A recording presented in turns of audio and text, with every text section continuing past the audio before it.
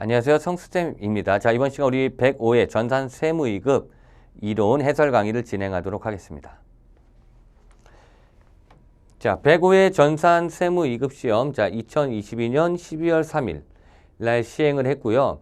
2022년 마지막 시험이었죠. 그래서 2022년 한 해의 마지막 유종의 미를 거둘 수 있는 시험이었고요. 자, 그러면 지금부터 105회 전산 세무이급 이론 해설 강의를 진행하도록 하겠습니다. 보시면은 이제 재무회계 5문제, 원가회계 5문제, 부가가치세 3문제, 소득세 2문제가 출제됐고요. 계산형 문제 4문제, 이론서술형 문제 11문제가 출제됐어요. 계산형 문제가 평상시보다 조금 더 많이 나왔죠. 한 문제 정도. 난이도로 구분해 봤을 때 상해 문제가 2문제, 중해 문제가 13문제가 출제가 됐네요. 전반적으로 보면 좀 평이하게 출제됐다라고 볼 수는 있겠어요. 자, 그러면 1번 문제부터 보도록 할게요. 자, 볼까요? 다음은 회계정보의 질적 특성에 대한 설명이다. 무엇에 대한 설명인가요? 물어봤죠. 회계정보가 정보 이용자 의사결정 목적과 관련되어 있어야 한다는 것으로서 회계정보를 이용하지 않고 의사결정하는 경우, 회계정보를 이용하여 의사결정할 경우 비교했을 때 의사결정 내용에 차이가 발생한다는 특성이다. 답은 목적 적합성이죠. 목적 적합성이라고 했을 때 가장 큰 핵심이 뭐냐라고 하면 이거는 차이 나는 능력을 말해요.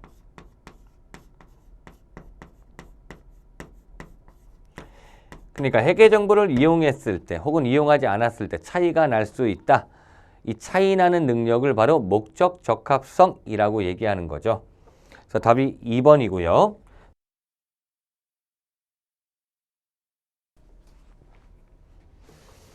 자, 2번 문제. 2번 문제가 난이도 상으로 되어 있고요. 2번 문제가 어떻게 보면 제 생각에는 105의 전산세무 2급 이론 문제들 중에서 가장 어려운 문제가 아니었을까라고 조심스럽게 예측이 좀 되는 문제인데요. 보시면 다음 자료는 아주 상세하게 2022년 기말 재고자산 내역이다.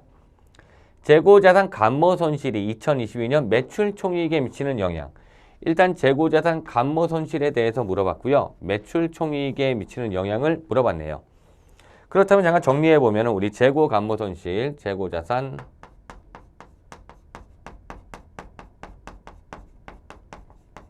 이 감모손실에 대해서 한번 정리할 게 있는데 그게 바로 뭐냐면 이게 정상감모의 경우는 우리가 매출원가로 처리하죠.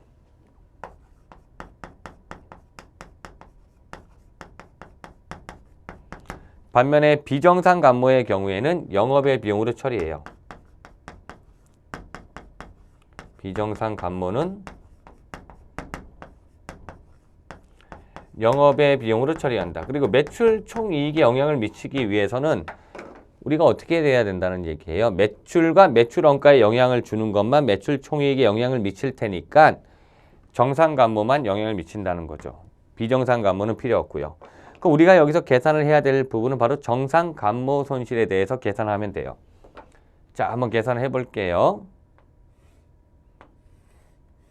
기말 재고 자산이 이렇게 그려져 있다라고 해보고요. 장부상 수량은 1000개예요. 그리고 실제 재고는 950개. 원가가 1,500원, 시가가 더 높네요. 그러니까 평가 손실은 존재하지 않죠. 현재 상태에서. 그럼 이 부분이 이제 감모 손실이라 볼 수 있는 거죠. 저희가 50개죠. 50개 곱하기 세로 1,500원 해서 75,000원이 감모 손실이에요.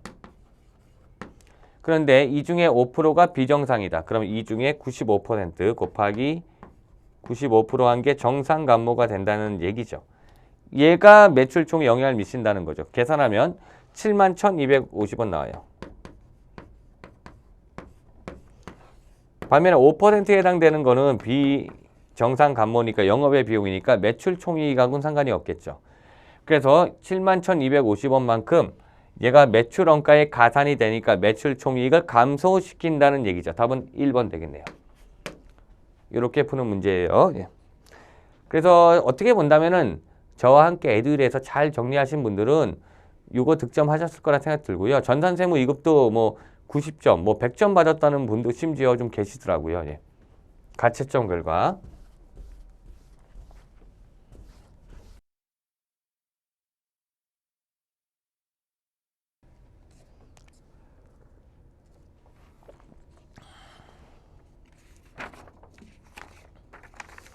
자, 3번 문제 보도록 할게요. 다음 중 유형자산에 대한 설명으로 틀린 것은 1번 유형자산은 재화의 생산, 용역의 제공, 타인에 대한 임대 또는 자체적으로 사용할 목적으로 보유하는 물리적 형체가 있는 자산 맞네요. 정의로.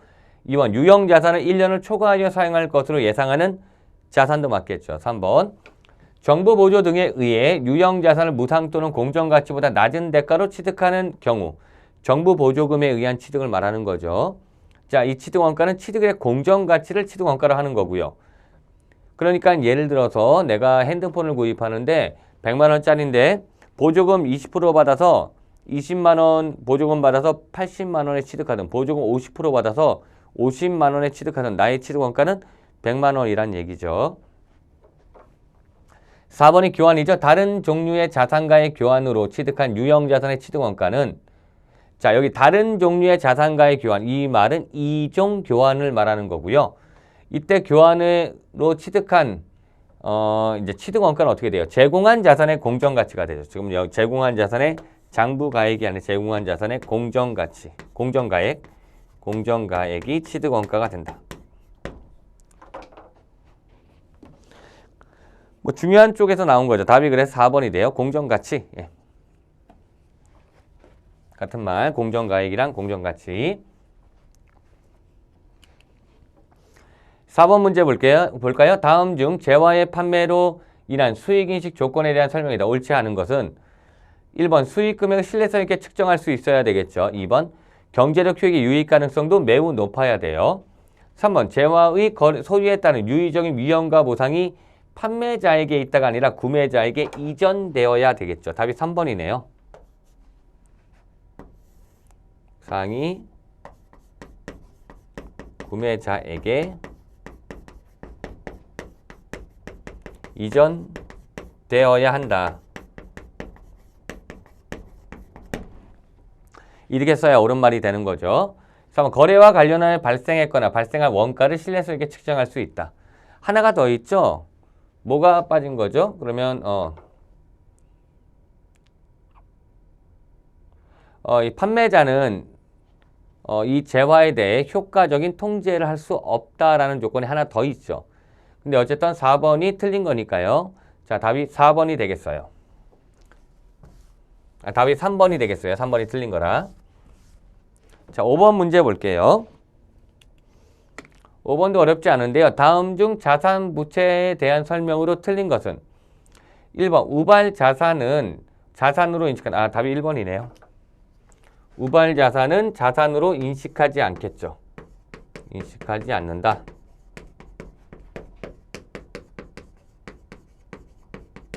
옳게 고치면 이렇게 되고요. 자, 나머지 한번 볼까요? 이건 부채는 과거의 거래나 사건의 결과로 현재 기업 실체가 부담하고 있고 미래의 자원의 유출 또는 사용이 예상되는 의무이다. 옳은 말이고요. 3번 부채는 원칙적으로 1년을 기준으로 유동부채와 비유동부채로 분류한다. 옳은 말이 되겠죠. 4번 유동부채는 부채로 인식하지 않고 그렇죠. 예, 주석으로 기재한다. 옳은 말이고요.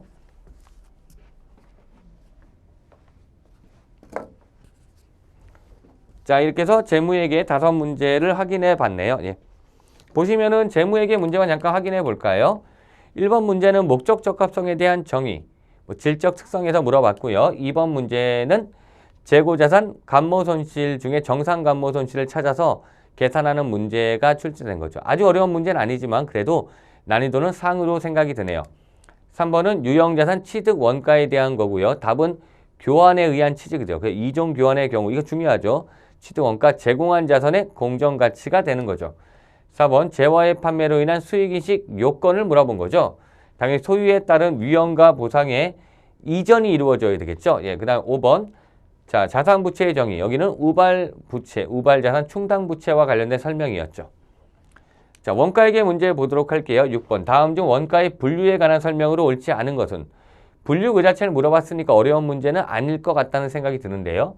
1번 원가 발생 형태에 따라 어디서 발생하냐? 재료 원가, 노무 원가, 제조 간접 원가가 맞겠죠. 2번 원가 행태에 따라서 어떻게 변동비, 고정비, 뭐 준변동비, 중고정비. 3번 원가의 추적 가능성에 따라서 제조 원가, 비제조 원가가 아니라 추적 가능성에 따라서 분류하면 어떻게 돼요? 바로 직접 원가와 추적 가능한 원가, 직접 원가와 간접 원가로 구분되죠. 추적 불가능한 원가인 간접비, 그냥 간접 원가로 구분이 되는 거죠. 답은 3번이란 거 쉽게 나온 거고요. 4번 의사결정에 따른 분류는 관련 원가, 비관련 원가 혹은 뭐 기회 원가, 매몰 원가가 여기에 관련되어 있겠죠. 예. 자, 6번 이렇게 확인해 봤고요.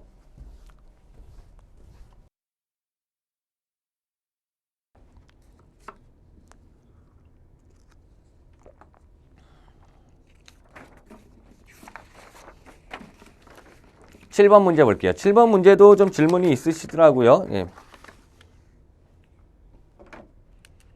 다음 중 제조원가 명세서에 대한 설명으로 가장 옳지 않은 것은? 제조원가 명세서가 제가 뭐 이론 때도 강조했지만 얘가 원재료 계정하고 그리고 제공품 계정 합쳐놓은 거다. 이렇게 이해하시면 된다라고 얘기했는데요. 한번 볼까요? 1번 단기 제품 제조원가는 손익계산서 제품 매출원가에 직접적 영향을 미친다. 이건 옳은 말이죠. 왜냐하면 손익계산서의 매출원가를 계산하려면 어떻게 계산해야 돼요? 이렇게 계산되겠죠. 손익계산서의 매출원가. 여러분 아시겠지만 기초 제품에다가 가로 쓸게요. 단기 제품 제조원가 가산되죠.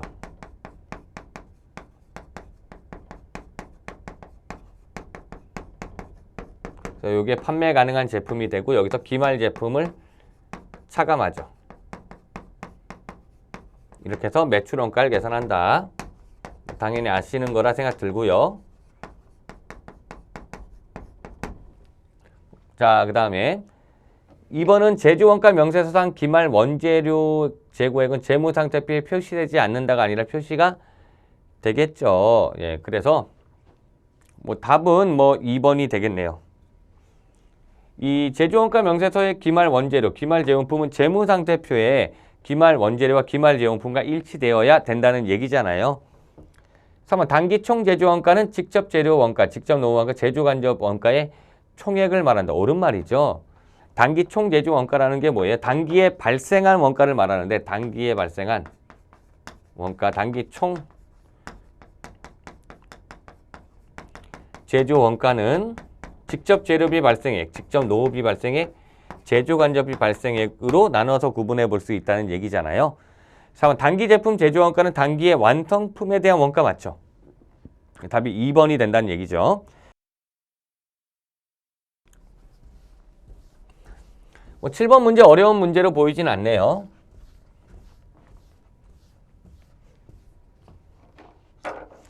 8번 계산 문제 나온다고 뭐 겁먹을 거 없고요. 여기 뭐예요? 직접 배분법이잖아요. 그 쉬운 방법이잖아요. 직접 배분법을 이용하여 보조부문 원가를 배부하고자 한다. 물어보는 거는 보조부문 제조간접 원가 배부, 조립 부분의 총원가. 조립 부분의 총원가를 물어봤네요. 조립 부분에 대한 총원가. 자, 바로 계산해 볼까요? 조립 부분. 조립 부분에서 발생한 원가가 60만 원 있죠. 자기 발생 원가 60만 원이 존재해요. 조립이라 쓸까요? 조립. 그리고 여기 보면 보조가 설비와 전력인데 설비부터 할까요? 설비 부분에서 제공한 원가가 있겠죠. 설비 부분의 원가는 80만 원이에요. 자, 직접 배분법 문제 나오면은 문제 보자마자 여기 설비 부분은 보조 부분에 주는 걸 무시하는 거죠. 이렇게. 그리고 전력도 설비한테 주는 게 무시가 되는 거죠. 바로 그래서 설비는 전체가 800시간 중에서 800시간, 800아워 중에서 600시간을 조립해 줬죠. 60만 원 되겠네요. 이거 계산하면.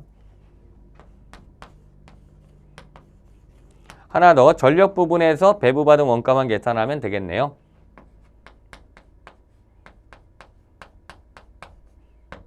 전력의 원가가 얼마냐면은 40만 원이죠. 그럼 전체가 이렇게 되죠. 두 개만 남았으니까 1000kW 중에서 그 다음에 조립한테 준 게 500kW가 되겠죠. 50%. 그래서 20만 원이 되겠네요. 그래서 조립의 총 원가는 여기 하나, 둘, 세 개 합친 140만 원이 답이 되겠네요. 답이 3번이 답이 된다는 얘기죠.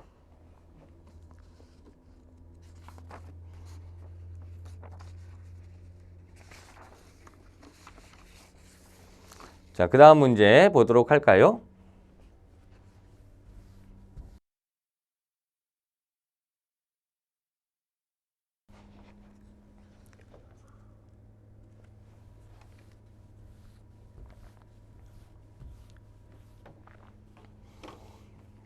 자, 9번 문제 볼게요. 자, 보시면은 정상 개별 원가 계산을 채택하고 있는 주현타는 직접 노무 시간을 기준으로 제조간접비를 배부한다. 당해 연도 초 제조간접 원가 예상 금액은 100만 원이며 예상 직접 노무 시간 2만 시간이다. 당기만 현재 실제 제조간접 발생액은 80만 원, 실제 직접 노무 시간 13,000시간일 때 제조간접비 배부 차이는 얼마일까요? 라고 했어요. 자, 보시면은 여기 실제 발생액이 80만 원이네요.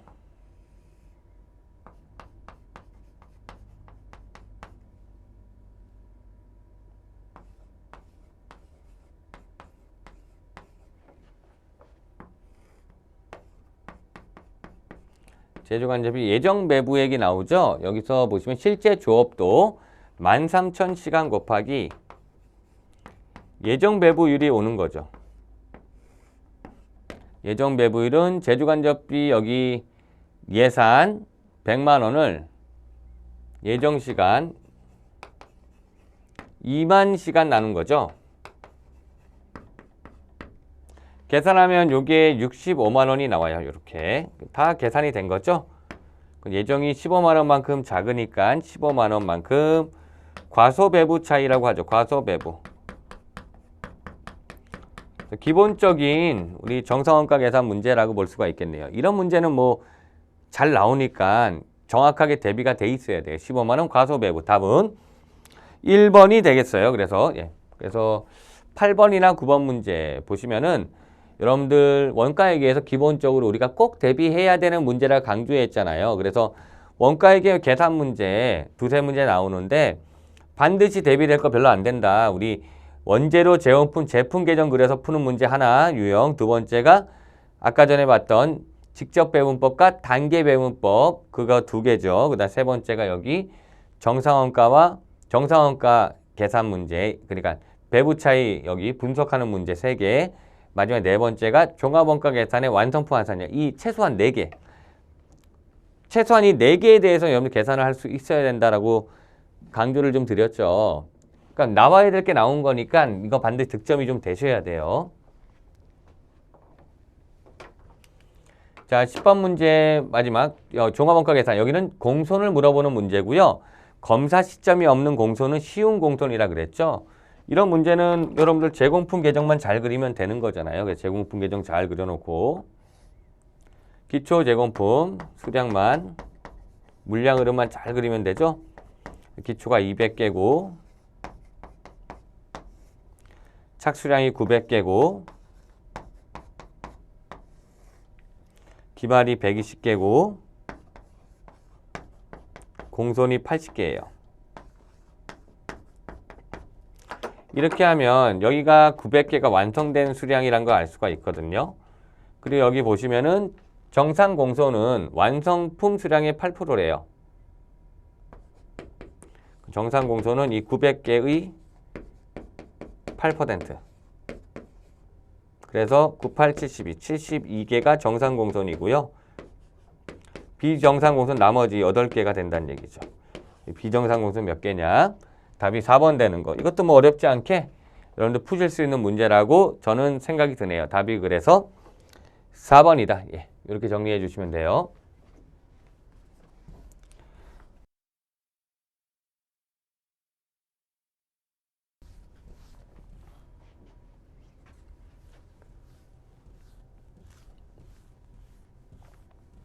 그래서 원가액에 좀 보시면은 6번 문제야 어떻게 보면 기초적인 문제잖아요. 원가의 분류와 관련된 문제였고요. 7번은 제조원가 명세서에 대한 설명을 물어본 문제죠. 제조원가 명세서에 대해서 알고 있으면 어렵지 않게 풀 수 있는 문제고요. 8번 계산 문제, 직접 배분법에 의해서 계산하는 문제. 9번 계산 문제, 정상 원가 계산 문제. 10번 계산 문제, 여기는 공손 수량 찾는 문제. 다 쉬운 문제라고 볼 수는 있어요. 그 난이도를 상으로 줄 수가 없었어요. 8번, 9번, 10번. 다 이거 중요한 내용들이니까요. 자, 부가가치세 문제 볼게요. 11번 다음 중 부가가치세법상 간이가세자에 대한 설명이다. 틀린 것은 간이가세자 규정이 이제 개정이 우리가 된 지 별로 안 되죠. 그렇기 때문에 간이가세자에 대한 정리가 좀 잘 돼 있어야 되는데요. 일단 법인은 간이가세자가 될 수가 없겠죠. 2번이 좀 개정된 내용이죠. 간이가세자는 의제매입세 공제를 받을 수가 없게 된 거죠. 없다. 이게 개정사항으로 출제가 됐네요. 예, 답이 2번이네요. 간이가세자는 공급대가를 과세 표준으로 하죠. 공급대가는 어떤 거죠? 바로 부가세가 포함된 금액이죠.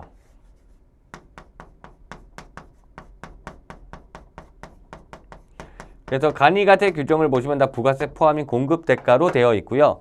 일반 가세자의 경우에는 공급가액으로 되어 있죠. 부가가치세 별도 금액.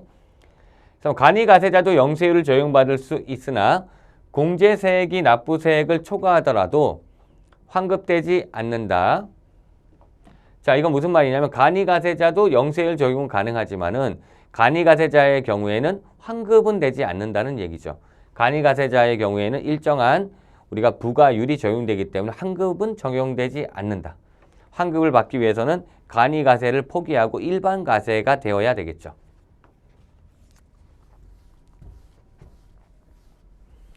12번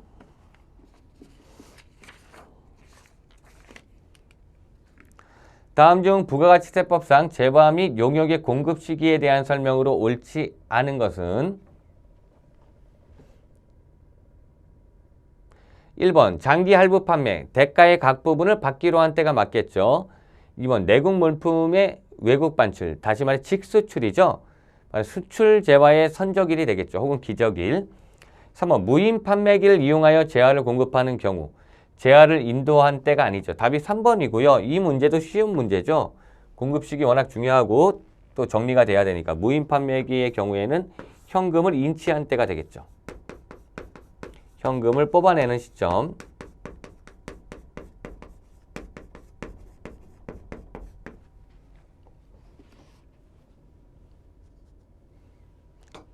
인치라 할게요. 예, 인출하는 때. 그러니까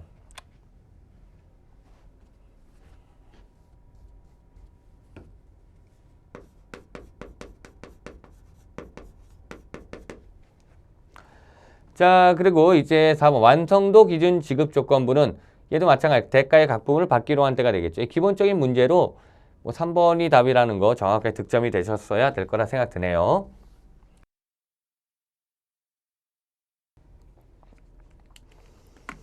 자, 그 다음에 13번. 자, 다음 중 부가가치세법상 면세 대상 재화 또는 용역에 해당하지 않는 것은 1번 주택가구 부수토지의 임대 용역. 자, 우리가 건물이나 토지의 임대는 과세가 되지만 주택의 경우에는 주택가구 부수토지의 임대의 경우에는 면세가 적용되는 거죠.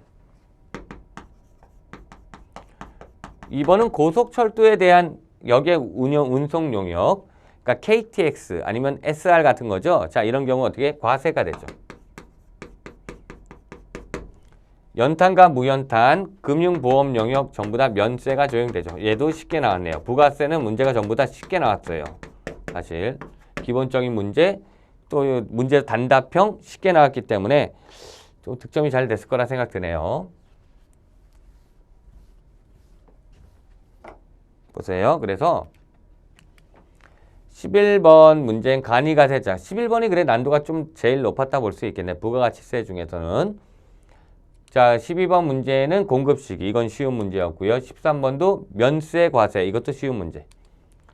자, 소득세법 문제 볼게요. 14번. 다음 중 소득세법상 인적공제에 대한 설명이다. 가장 옳은 것은 일단 말문제에서 옳은 걸 물어보면 좀 까다롭다라고 말할 수 있는데 1번 기본공제 대상 판정에 있어 소득금의 합계액은 종합소득, 퇴직소득, 양도소득 금액 합하여 판단한다. 이거 맞는 말이죠. 그래서 우리가 기본공제 대상자의 소득금액 요건을 말할 때는 종합소득금액, 양도소득금액, 퇴직소득금액의 합계액을 말한 거예요. 그러니까 종합소득금액이 90만 원이고 뭐 예를 들어 양도소득금액이 20만 원이라면 110만 원이 되니까 소득금액 요건이 충족되지 않는다라고 보는 거라고요. 2번 배우자가 없는 거주자로서 기본공제 대상자인 자녀가 있는 경우에도 종합소득금액이 3천만 원을 초과하는 경우에는 한부모 추가공제를 적용받을 수 없다. 그 부녀자 공제의 경우에는 어떤 이 한도가 있는데 이 한부모 공제에 대해서 한도 같은 개념이 없어요. 그래서 한부모 공제는 한부모가 된다면 누구나 받을 수 있는 거예요. 그래서 한부모 공제의 경우에는 한도가 없다. 한도의 개념이 없다. 그래서 틀린 말이고요.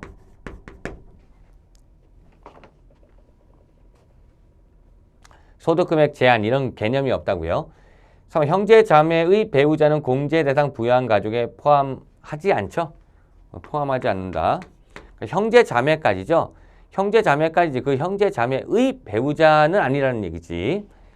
4번은 부양 기간이 1년 미만인 부양 가족에 대한 인적 공제를 월할 계산한다. 틀린 얘기. 월할 계산하지 않죠. 뭐 예를 들어 2022년 12월 1일 날 아기가 태어나요. 근데 그 12분의 1을 한다고 공제 금액을 150만 원 기본 공제 12분의 1을 한다고 여러분들 그런 거 본 적 있나요? 소득세에서 단 한 번도 본 적 없죠. 그러니까 이 경우에는 월할 계산. 인적 공제에는 월할 계산 같은 거 없어요. 그래서 부양 기간이 뭐 1개월이든 뭐 아니면 열흘이든 혹시 1일이라도 12월 30일 날 태어났으면 1일이잖아요. 그래도 150만 원 적용받는 거니까 그러니까 월할 계산에 대한 개념 자체가 없다. 이렇게 정리하면 되겠네요.